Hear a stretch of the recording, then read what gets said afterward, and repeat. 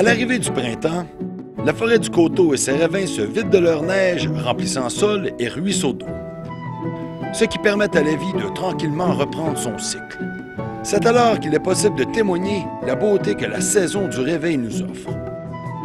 Ce sont les plantes les plus coriaces qui sortent en premier de leur cachette enneigée. Et souvent celles-ci sont médicinales. La chimaphile en ombelle en est un bon exemple.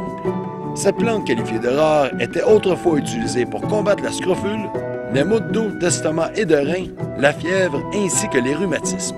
Les Amérindiens fumaient ses feuilles une fois séchées. Plusieurs autres espèces médicinales se dévoilent aussitôt qu'il n'y a plus de neige, comme le pin de perdrix et le thé des bois. Celles-ci gardent même leurs fruits de couleur rouge sous la neige et servent de nourriture pour quiconque les trouve. Une fois la neige disparue, c'est au tour des fleurs de faire leur apparition, et la forêt du coteau en possède plusieurs qui se donnent en spectacle.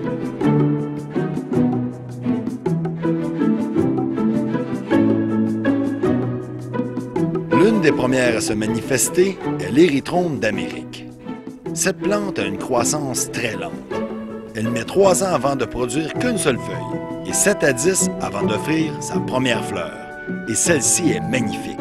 Elle ressemble à un petit soleil regardant le sol devant elle. D'une année à l'autre, l'éclosion des fleurs peut varier de quelques semaines. Lorsqu'on est chanceux, on peut voir l'érythrome se faire voisiner par la treille blanche et la treille royale. Légèrement différentes, ces deux dernières poussent normalement 1 à 2 semaines suite à l'apparition de l'érythrome. La treille blanche est la plus commune de sa famille. Poussant sur la face sud de la forêt, elle nous offre des colonies tapissant le sol, et ce, à perte de vue.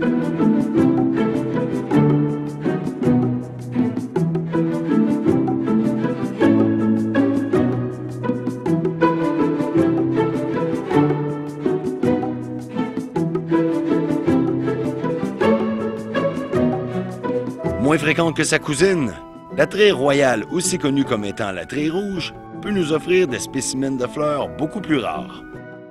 On parle ici de spécimens albinos.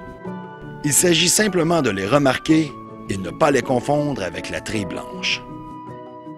La plus remarquable des treilles que la forêt du coteau renferme est aussi la moins commune, la treille ondulée. Contrairement à ses semblables, celle-ci préfère l'ombre et pousse à la toute fin du printemps. Afin de vivre ce spectacle éphémère, il faut simplement oser s'aventurer dans la forêt au bon moment.